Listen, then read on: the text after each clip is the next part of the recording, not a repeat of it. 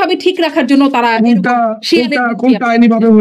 মানে আপনি একটু আগে বলছিলেন না যে সাংবিধানিক ভাবে এখনো প্রধানমন্ত্রী তিনি, সংবিধান অনুযায়ী এইসব কিছু টেকে না, যা চলছে সেটি জোর জবরদস্তি সাংবিধানিক ভাবে শুধু না, লিগ্যালি ওইটার মানে সেই লিগ্যালিটি রাখবার জন্য তখন আপনি যেটি বলছেন শিয়ালের বুদ্ধি খাটিয়ে লিগ্যালিটি রাখবার চেষ্টা করেছেন তখনকার সরকার।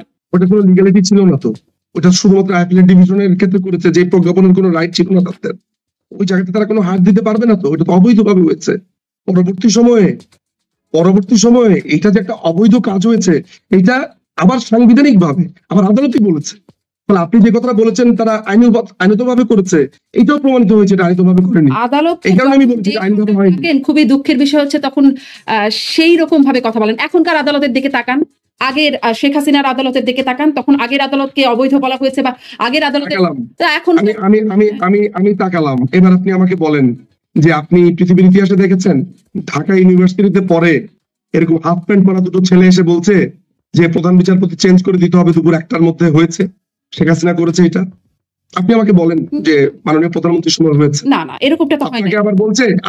আবার বলছে আপা যে রেফাত আহমেদকে প্রধান বিচারপতি করতে হবে। আপনি ভাবতে পারেন এখনো নাক টিপ দিলে দুধ বের হবে?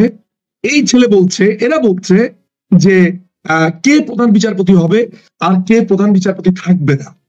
এই ধরনের একটা অবস্থার সাথে আপনি, এমনকি বিএনপির আমলও তো এমন ছিল না, মানে বিএনপির আমল নিয়ে হাজার সমালোচনা করা যায়, তাও তো এমন ছিল না, এত ভয়ঙ্কর হয়েছে।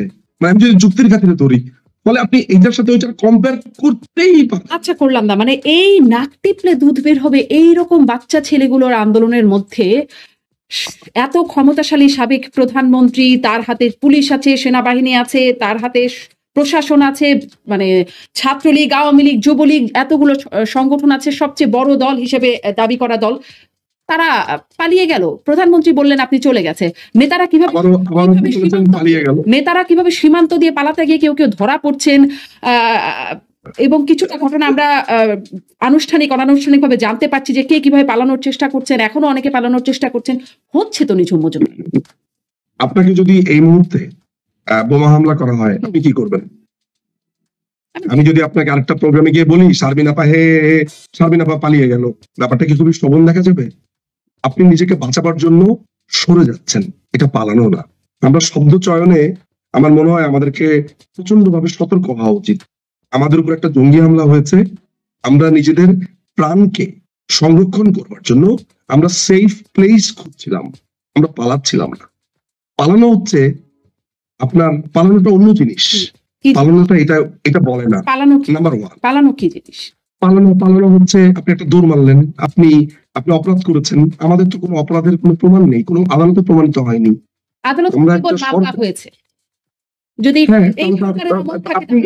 আপনি দিয়ে দিলেন, তার মানে এখনো কোনো কিছু প্রমাণিত হয়নি, তার মানে আমাদেরকে এই কথা আপনি এখন বলতে পারবেন না। মানে তাহলে তো আদালতের উপরেই যদি আমাদের সবকিছু তাকিয়ে থাকতে হয়, আপনি বা কিভাবে বলছেন এটি জঙ্গি হামলায়? না, মানে এটা আপনি আদালতের উপরে, যে সাথে আদালতের ম্যাটার যদি হয় তাহলে তো আদালতের দিকেই আপনি তাকিয়ে থাকবেন।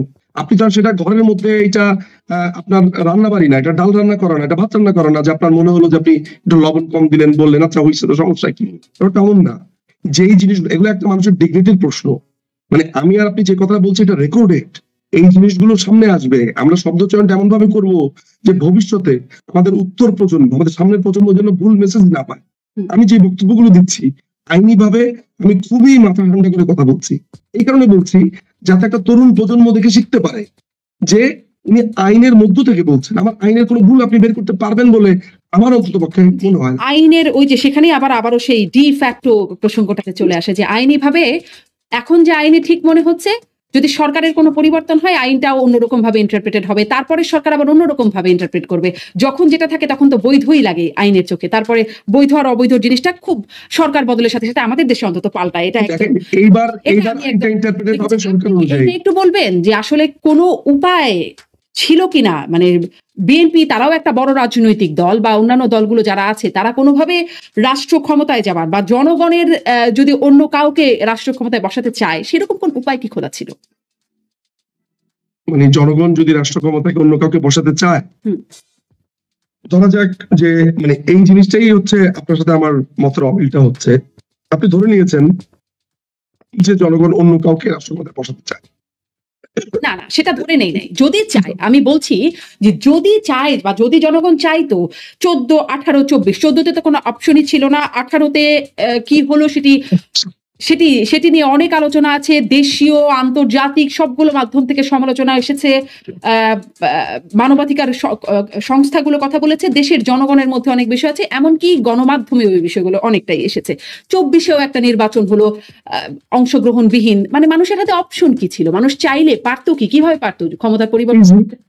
খুবই সোজা, আপনি ইলেকশনে আসেন, বিএনপি ইলেকশনে করবে, যে পদ্ধতিটা আছে অর্থাৎ যে সরকার আছে তারা নির্বাচনকালীন একটা আপনার রোডম্যাপ দিয়েছে যে ওনারা করবেন, এবং এটা নিয়ে কিন্তু প্রধানমন্ত্রী, আমি আপনাকে একটা কথা গ্যারান্টি দিয়ে বলতে পারি শারমিন আপা, যদি জাতীয়তাবাদী দল ইলেকশনে আসতো এবং তারা অফার করতেন যে আমরা ইলেকশনে আসবো, একটা জাতীয় সরকার গঠন করা হোক, মাননীয় প্রধানমন্ত্রী এবং সবাই মিলে একটা সমাধান ছিল।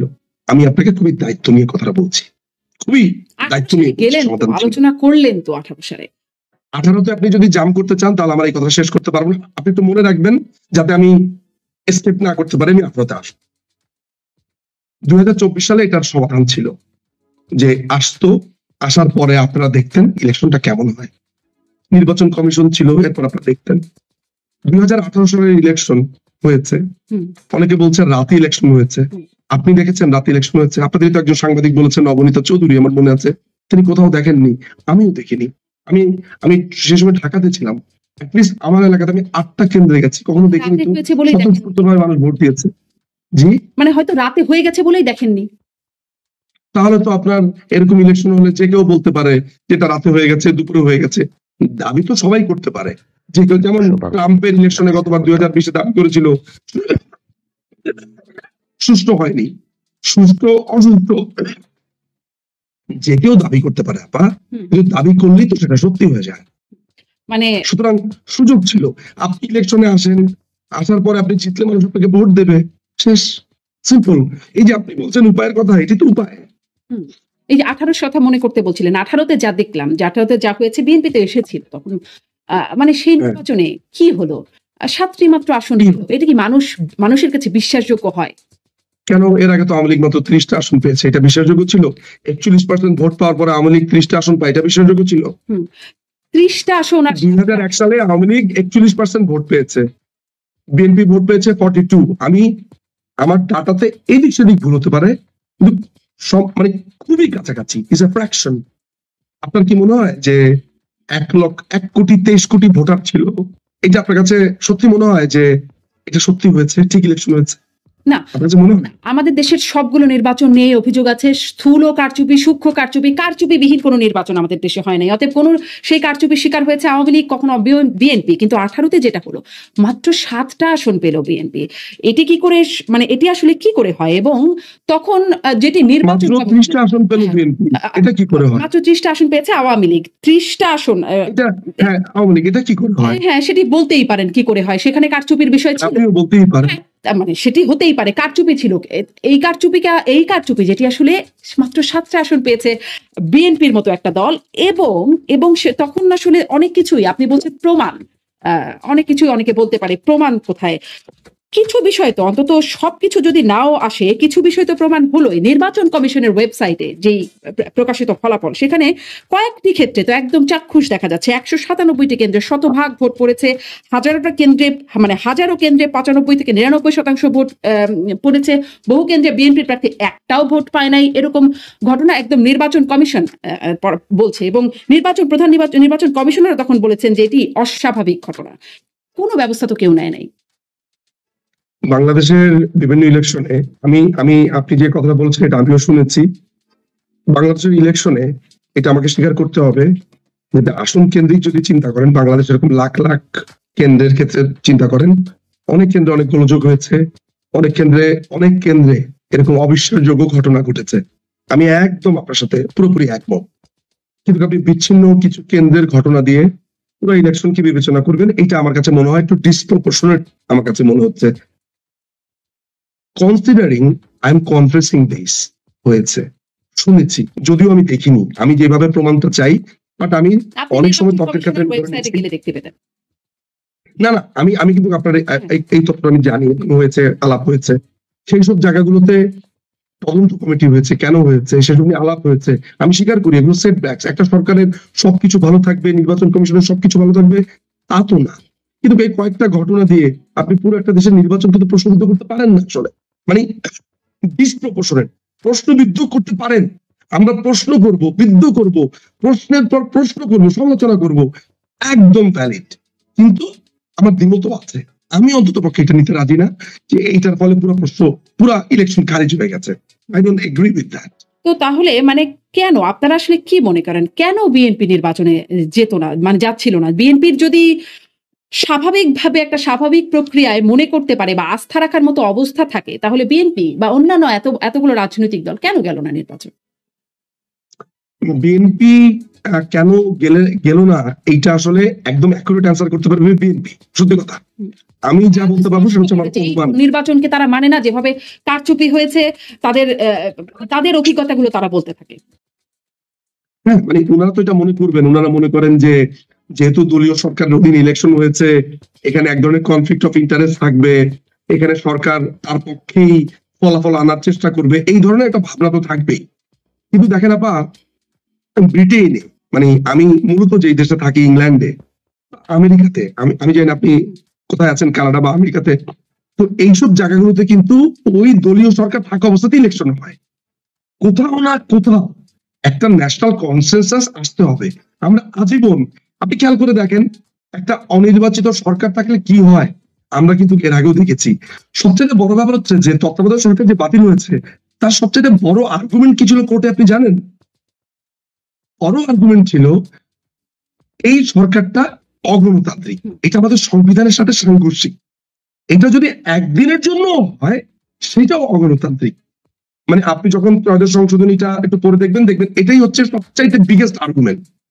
ফলে আমাদের একটা ন্যাশনাল ঐক্যমত্য বা ইংরেজিতে যেটাকে আমরা বলি কনসেনসাস, একসাথে আসতে হবে, বিশ্বাস এবং আস্থা আসতে হবে যে আমরা নির্বাচনকে একটা আলাদা প্রতিষ্ঠানে পরিণত করব, পৃথিবী উল্টে যাক ওইটা আলাদাভাবে অপারেট করবে। একদম, সেটি যদি সম্ভব হতো তাহলে তো দারুণ হতো, কিন্তু সেই ঐক্যমত তো হয়নি আমাদের। সেটি না আগেই এইভাবে করে তত্ত্বাবধায়ক সরকার বাদ দিয়ে যে নির্বাচনগুলো হলো, মানে যেটি প্রশ্ন করছিলাম যে আওয়ামী লীগ আস্থা রাখতে পারে নাই বিএনপির উপরে, আওয়ামী লীগ দাবি করে তত্ত্বাবধায়ক সরকার আদায় করে নিয়েছে। আমার সাথে আপনার 50 বছরের শত্রুতা, আমি আপনার সাথে বন্ধুত্ব করতে চাই, কোথাও না কোথাও তো শুরু করতে হবে। শুরু করতেই হলে যদি বলেন গত 49 বছর 363 দিন আপনি আমার সাথে এইটা করেছেন, তাহলে তো আমি আর 364 দিনে নিতে পারবো না কখনো। কোথাও না কোথাও শুরু করতে হবে। সো আমাদের মানে এই আলোচনা হওয়া উচিত। এই শুরুটা আওয়ামী লীগ করতে রাজি ছিল না, বিএনপি কেন রাজি ছিল? আওয়ামী লীগ ছিল বলেই তো ডাক দিয়েছে, আওয়ামী লীগ ছিল বলেই তো 2015 সালে বলেছে যে চলেন জাতীয় ঐক্য করি। আওয়ামী লীগ তো বলেন এই মাননীয় সেই সময় মাননীয় প্রধানমন্ত্রী খালেদা জিয়াকে তো অফার করেছিল। হ্যাঁ করেছিলেন, তিনি তো শোনেন নাই। হ্যাঁ শোনেন নাই তো, তিনি কি করবেন? তিনি শোনেন নাই। তিনি তো তার মৃত সন্তানকে দেখতে গেছিলেন একজন মা হিসেবে, ঘরেই ঢুকতে দেন নাই। সেগুলো নিয়ে অনেক আলোচনা আছে, সমালোচনাও আছে সেগুলো নিয়ে, সেগুলো তো আছেই, মানে সেগুলো তো আছে। কিন্তু আমি যে প্রশ্নটি করছি, যেই আস্থাটা মানে আওয়ামী লীগ বিএনপির উপর রাখতে পারে নাই, যে তত্ত্বাবধায়ক সরকার ছাড়া বিএনপি যদি নির্বাচন করে সেই নির্বাচন কেমন হবে আস্থা রাখতে পারে নাই, মাগুরার নির্বাচনের একটা উদাহরণ ছিল। তাই শুধু না, গ্রেনেড মেরে কোনো একটা দলকে ধ্বংস করে দেওয়ার ইতিহাস আর কোন দল দেখিয়েছে এই পর্যন্ত? বাংলাদেশের ইতিহাসে অনেক কিছু হয়েছে, মারামারি, কাটাকাটি, বহুত কিছু হয়েছে, বহুত ভিন্ন আমাদের স্মৃতি যেটা বলে। আমি 80 দশকে বড় হয়েছি, 70s শেষ, আমি 80 দশকে বড় হয়েছি, 90টা দেখেছি পরিষ্কার ভাবে। ফলে আমি কিন্তু ভিভিড ইন মাই মাইন্ড, আমি কিন্তু জানি কি হয়েছে বাংলাদেশের রাজনীতিতে। কিন্তু একটা কথা তো আপনাকে স্বীকার করতে হবে যে 2004 সালের 21শে অগাস্ট আমাদের জীবনে আর কখনো আসেনি। এরকম একটা ঘটনার পরে আওয়ামী লীগ আস্থা করেছে, উচিত ছিল আওয়ামী লীগের কখনো এটা বিশ্বাস না করেছে। তো আপনি আওয়ামী লীগকে বরঞ্চ দিবেন, ক্রেডিট দিবেন। 2004-এর ঘটনার পরে আওয়ামী লীগ কোথায় আস্থা রাখলো? 2004-এর পরে 2015 সালে আওয়ামী লীগ বলেছে, তত্ত্বাবধায়ক সরকারের ব্লান্ডারের পরে আওয়ামী লীগ বলেছে 2015 সালে চলেন জাতীয় ঐক্য করি। চলেন আমরা একসাথে একটা টেবিলে বসি, চলেন এটার একটা তখন মানে পরিপূর্ণ সমাধান করে তখন ফেলি। প্রধানমন্ত্রী থাকবেন শেখ হাসিনাই, সেটি আসলে হয়তো মানতে পারেননি। ওইটা কোনো আলোচনাই হয়নি। আপনি কিভাবে বললেন? উনি বলেছেন আলোচনা